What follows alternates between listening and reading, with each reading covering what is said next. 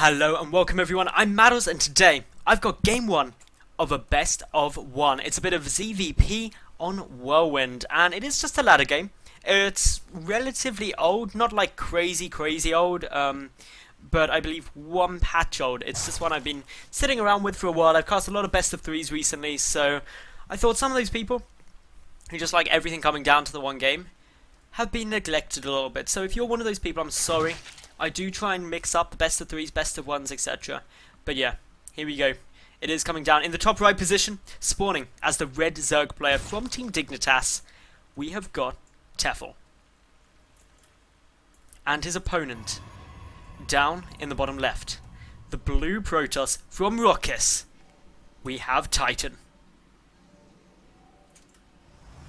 Now, Whirlwind is a big map, like really big, and it's really cool.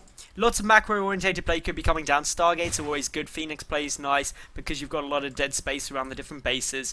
For Tefel, well, he's probably going to be looking to go for either the Roach Hydra route, if he wants to go with that, into Vipers, maybe some Corruptors. He could look to go Swarm Hosts. Lots of different options available to him. And also a lot of options available to Titan too. Is he going to 2-base play? Is he going to go for, say, an Immortal Sentry all-in, 4-gate on a Mothership Core pressure off of 2 bases? Maybe an 8-gate, 7-gate, 6-gate, 5-gate play. All viable things. We could even see a Blink play. Literally, he can do nearly anything he wants. Even a fast third is viable. Tefel though, he's opening safely. He's just getting down that spawning pool, nice and normal. Up at 15 spawning pool, nothing too scary about that, nothing too crazy.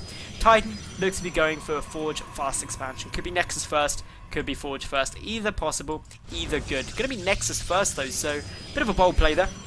I should have actually known that because his first pylon came down. I didn't notice. I'm sorry. I'm a terrible person. But this is good. Both players going pretty economic focused. Because this is a Nexus first, which isn't unfortunately going to get spotted for a while because these Overlords are scurrying their way across everywhere, apart from where his opponent is. That means that Tefel doesn't know that he needs to secure this third base, ideally, very quickly. Sort of in the next 40 seconds or so, which is roughly about 3 minutes 50, 3 minutes 45 is ideal.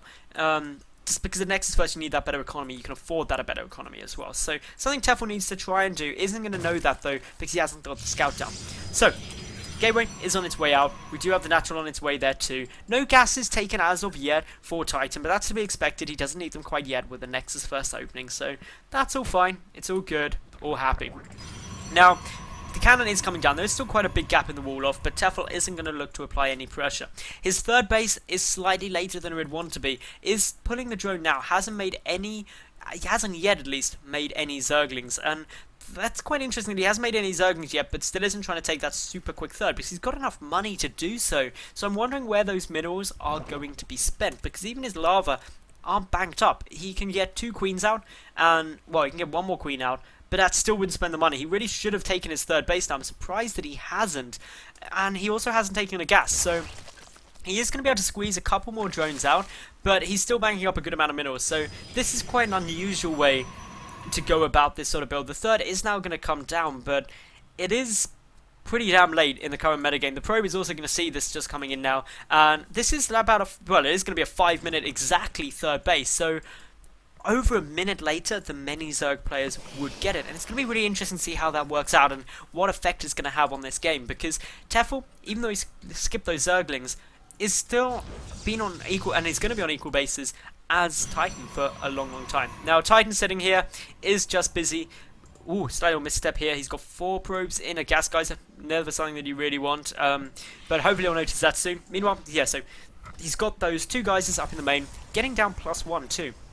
So this could still be an Immortal Sentry all-in, could be a big gateway shove, all possible. We won't really know until he decides to commit to some of that tech. Mothership Core also getting started. 3 gases for Tefel are coming down a lot earlier than you'd usually expect to see 3. Maybe 2 at this point, but 3 is going to allow a lot of gas income to come down, a lot of tech to be achieved by Tefel in the near future. So something that is definitely going to allow him to get down a lair quite quickly, get down a Rotron and speed quite quickly, should he want to. Now, Titan, he's going for a bold play here, taking a third base off of just that 1 gateway. That's a very brave move, especially when his scouting information is not that great. He just knows there's a third on its way and not much else. So fourth gas is now getting taken. The Roach one on its way down. The Zerglings trying to come over the map, get a little bit of map dominance. Maybe check the third base. It'd be good if it was scouted. And I think if it was scouted, it would straight away trigger Tefel to go fairly all in, because there really isn't much to defend with just that one gateway. Even Warp Gate tech isn't getting corner boosted out. Instead, a Stargate is on its way. So this Stargate is going to probably pump out either Phoenix or Void Ray. It's a bit late for Oracle to be viable, but yeah, a Void Ray would be quite nice. A lot of Protoss players do like getting a high number of Void Rays out, because it is a little awkward to try and deal with, and you then get into a late game of Colossus Void Ray, which is frankly terrifying to try and deal with if you allow it to get up. Tefel, his lair is about 3/4 done. He's getting a few more roaches. Zergling speed is also on its way down, but his drone count still isn't skyrocketing. He's only at 65 drones for the time being, and of course is still on equal bases as Titan.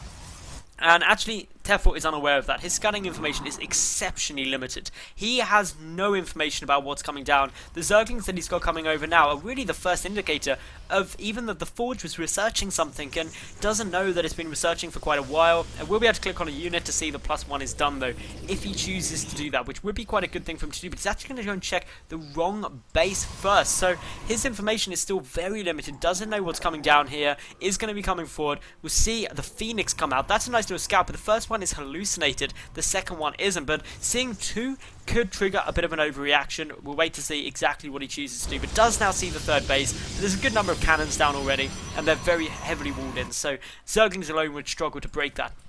The Phoenix are on their way up. The hallucinated one just dealing a couple of shots on the Overlords. This could trick Tefel into a full sense of security, thinking they're both hallucinated, but of course the second one is real. More are on the way out, +1 armor is on its way down too. The Overseer has got a nice little scout out, and we'll see that, yep, this Phoenix definitely real. It's killing me. Robotics Facility, Twilight Council, that's just ready to start the +2 upgrades, but yeah, this Phoenix can't do much on his own. +1 Carapace is also on its way down here for Tefel. He's trying to get out some Hydra, some more Zerglings and Roaches. Ling Roach Hydra is great, especially when you get the +1 Carapace, because then all the units benefit from that, as opposed to getting one of the attack upgrades where either the Zerglings or Roaches won't do much. But a push at this point is huge, because by pushing in at the moment, what Tefel's doing is making sure that this small ground army gets punished. The greedy third gets punished, and if he does it, then he's immediately going to get himself into a really solid position in this game. Wisely, he's taking out the rocks first, because these rocks would allow for tight force field chokes to occur. By taking them down, he makes that a lot harder for Titan to achieve. But already Zerglings, the Roaches, the Hydras, dealing some good damage. The rocks fall.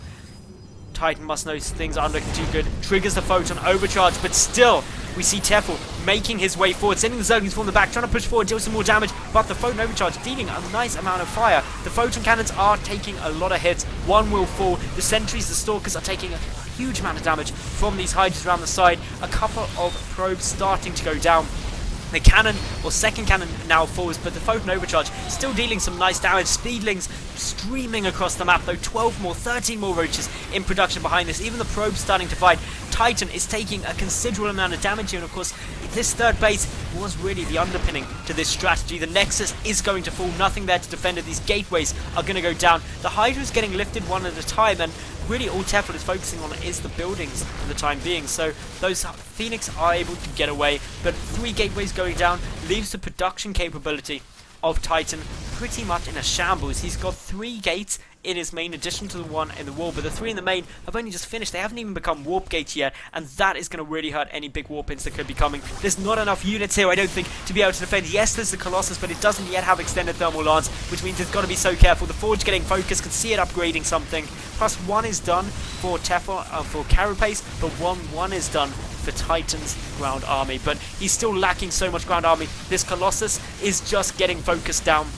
The damage is fairly huge. If it gets sniped off, it's going to be incredibly problematic. Yes, there's a second one on its way down, but it's going to pop straight on top of the Zerg force and can get focused incredibly quickly. Tefel now just coming in for the kill. He's got more units streaming across. All he's doing is pumping Roaches and Hydras and Zerglings for the time being. And that Colossus about to come out, but not before the GG gets called. And Tefel is going to win the game. So really nice timing there, punishing the greedy third base, definitely the way to go if you scout that, and just congratulations to the Dignitas Zerg. Thank you all very much for watching. If you did enjoy, make sure you like the video, leave a cool comment, and of course subscribe. And I'll be back tomorrow with yet another new game, because I get new games up every day of the week. I'm Madals, thanks for watching, and bye for now.